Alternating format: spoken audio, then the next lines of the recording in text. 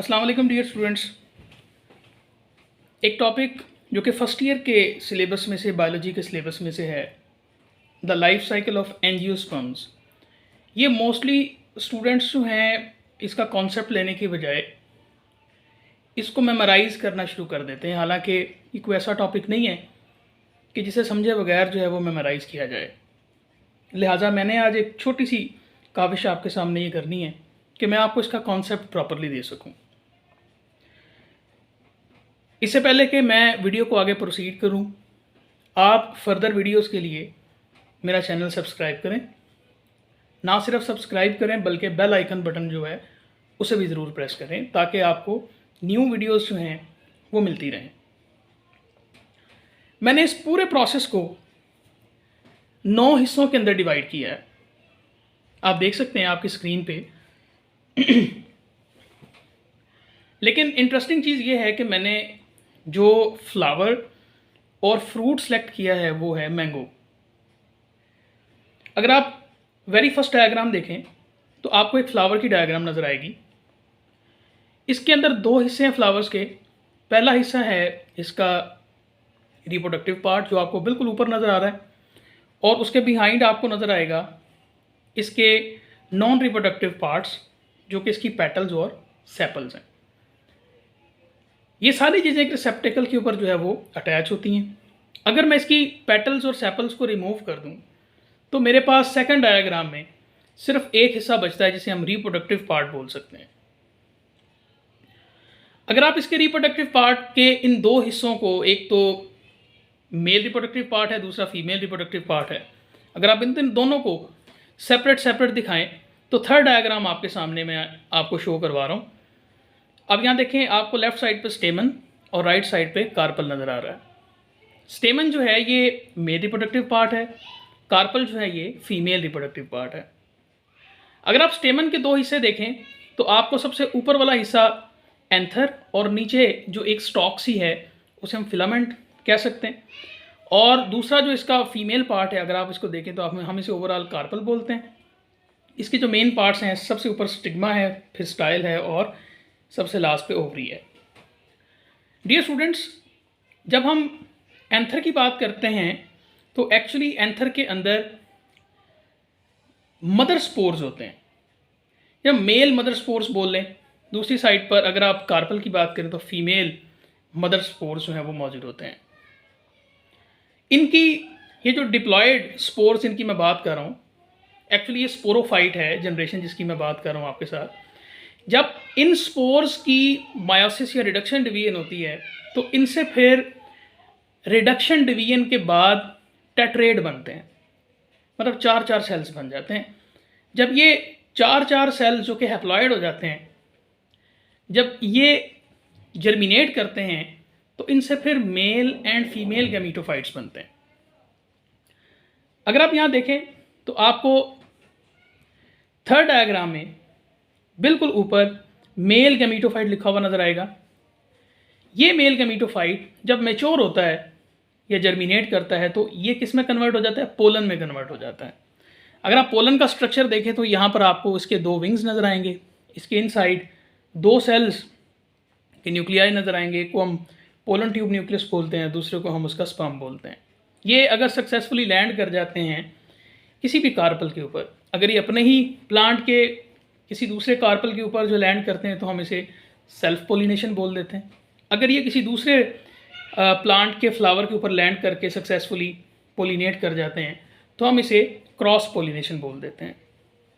After that fourth diagram आपके सामने, जैसे ही सक्सेसफुल पोलिनेशन का प्रोसेस कंप्लीट होता है तो आफ्टर पोलिनेशन जो स्टिग्मा है वहाँ से एक ट्यूब राइज होती है, जो कि ट्यूब इन एक्चुअल पोलन से ही राइज हो रही होती है, और इस ट्यूब के अंदर आपको सबसे लास्ट पे एक पोलन ट्यूब न्यूक्लियस नज़र आता है और उससे पीछे जो है 2 स्पर्म्स नज़र आते हैं।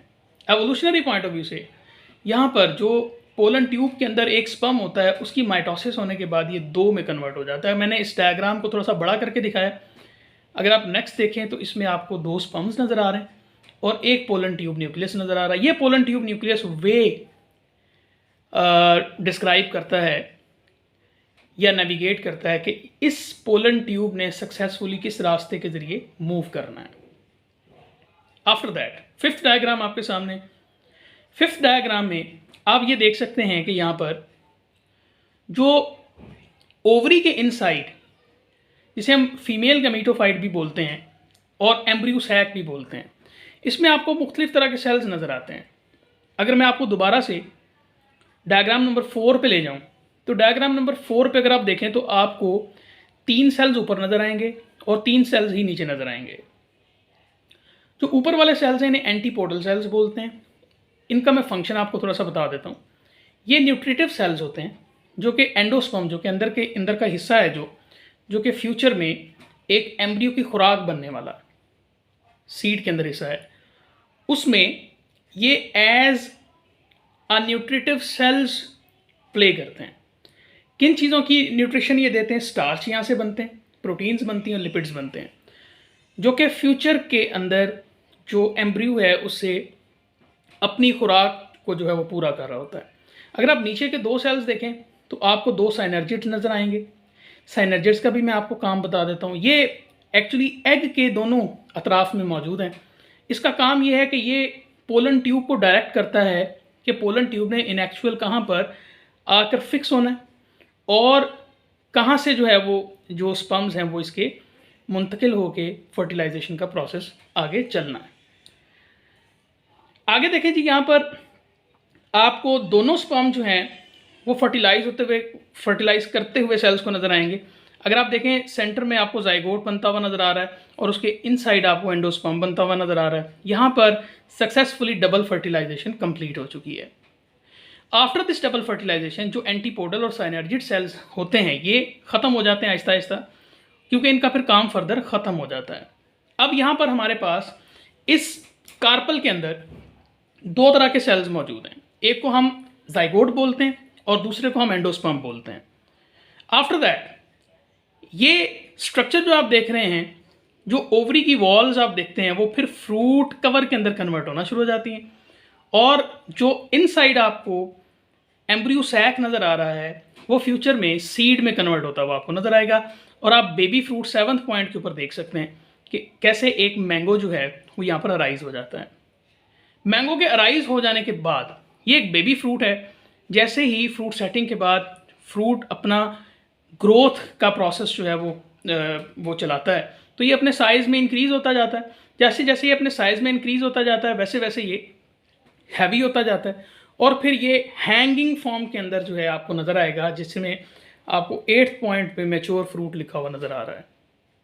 आफ्टर दैट इस आम का इस्तेमाल हर घर में होता है। गर्मियाँ आ चुकी हैं, मैंगोज़ आ चुके हैं, हर घर में इसका इस्तेमाल होता है, खाया जाता है बड़े शौक़ से।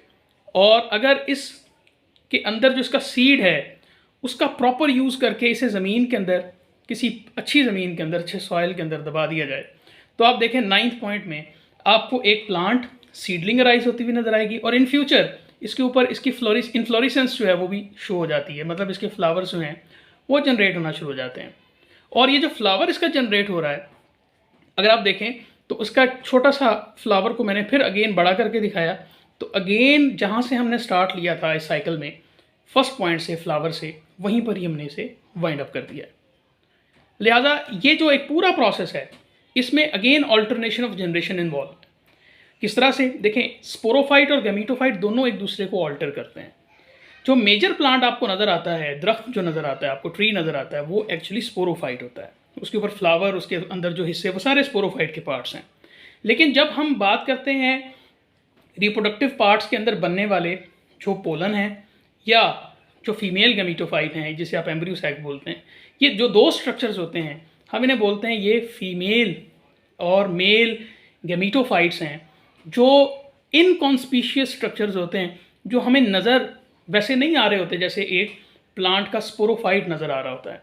लिहाजा लेस कॉन्स्पीशियस हो जाने की वजह से ये पॉइंट जो है इग्नोर हो जाता है स्टूडेंट से। देखें, इसको इग्नोर नहीं करना। जैसे ही गैमीटोफाइट्स बनते हैं, गैमीटोफाइट्स बनने के बाद गैमेट्स उनसे राइज होते हैं। मेल है तो उसे स्पर्म बनता है, फीमेल है तो उसे एग बनता है। अगेन ये जब फर्टिलाइज होते हैं तो फिर n+n 2n होने के बाद, डिप्लॉयड बनने के बाद, ये अगेन स्पोरोफाइट की जनरेशन के अंदर जो है वो कन्वर्ट होके एक पूरा दरख्त बन जाता है और ये प्रोसेस जो है साइक्लिक वे में चलता जाता है। उम्मीद है कि आपको अंडरस्टैंडिंग जो है हो गई होगी। अगर कोई आपको क्वेश्चन मज़ीद है इस हवाले से तो आप मुझे यहीं पर ही कमेंट कर सकते हैं, मैसेज कर सकते हैं। आपने अगर कोई आपको आर्टिकल जो है वो प्रॉब्लम क्रिएट कर रहा है मुझे बताइए, मैं इंशाल्लाह कोशिश करूँगा कि आपके एग्ज़ाम से पहले पहले आपको जो है अच्छी इन्फॉर्मेशन के साथ जो है इसको वाइंड अप कराऊँ, क्लोज़ करवाऊँ। ठीक है जी। अगेन लास्ट पे चैनल को ज़रूर सब्सक्राइब करें, इसे शेयर करें और बेल आइकन बटन को जो है वो प्रेस करें। बहुत शुक्रिया जी। Thank you. अल्लाह हाफिज़।